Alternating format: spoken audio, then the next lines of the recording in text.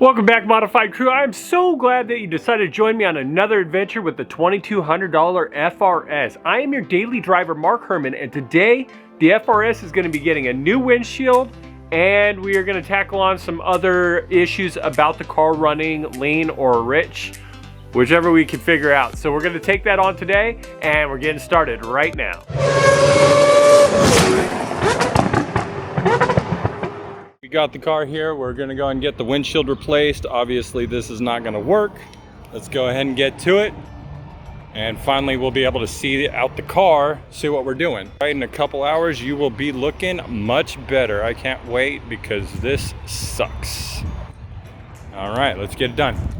All right guys, $200 later and I'm super happy. So when calling around for windshield quotes, I don't go with Safelite because they tend to be expensive. They probably have the best customer service, come to you, things like that. But when calling around for windshield quotes, if you actually just pick a place you like and then try to negotiate comparatively with other bids that you've gotten, a lot of these guys will work with you. And that's what we did.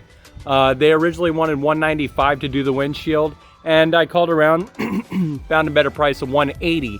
So I'm like, hey, would you guys be willing to do it for $180? Sure enough, they were willing to work with me, and they said, yeah, we'll do it for $180, and got the job done. It's looking great. Car looks so much better. It's starting to really look like a car. Got something in my throat, I apologize. But yeah, it's starting to really look like a car. It's coming together. Windshield looks great. That was the big eyesore and very illegal looking. So I'm very happy to see it.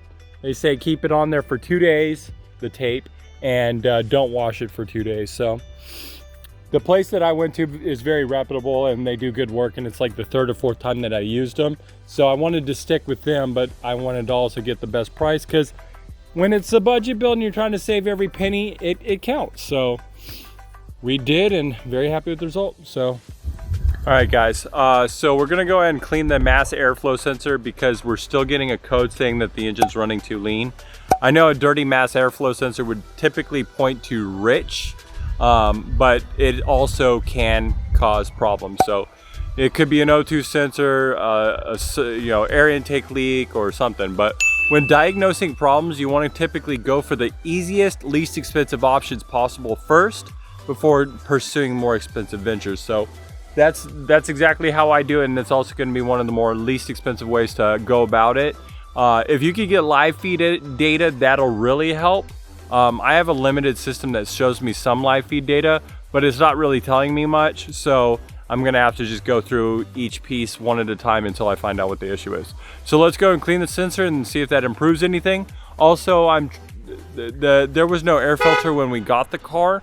So with no air filter and the fact that the intake system was all apart, and the car did run a little bit with none of that, the sensor could have gotten dirty. So it's just good practice anyway. So let's go ahead and clean it up.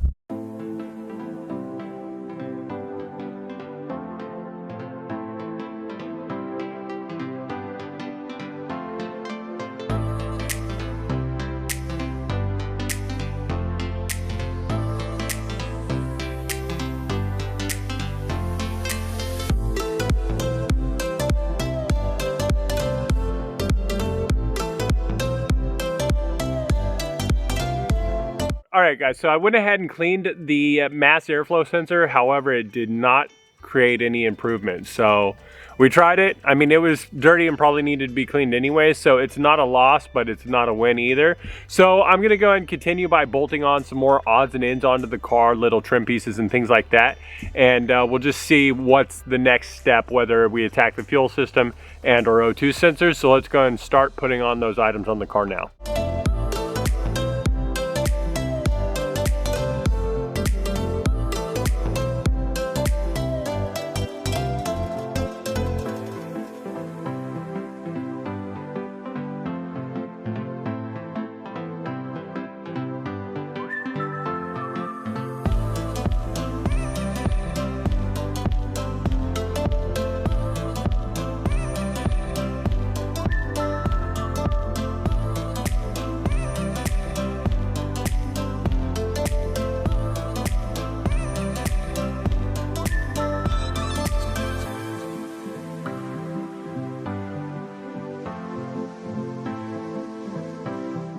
All right, guys, that's gonna wrap it up for today's episode. Sorry sorry it's such a short episode and there wasn't a lot that got done. I got really sick this week. I'm still kind of sick, but just to let you know, stay tuned. Next episode is going to be a good one because we're going to take on the airbag system of the FRS. And if any of you have ever done salvage cars or anything like that, the airbag system can be kind of intimidating and a lot to take on, and there's some things you should know. So if you are interested in knowing how to change out and replace airbags in a car, the next episode is definitely going to be for you, and it's going to be a good one. I look forward to seeing you guys then. Thanks for the subscribers. If you haven't subscribed, feel free to do so, and if you already have, feel free to give it a thumbs up. Appreciate it as always, and I will see you on the next one.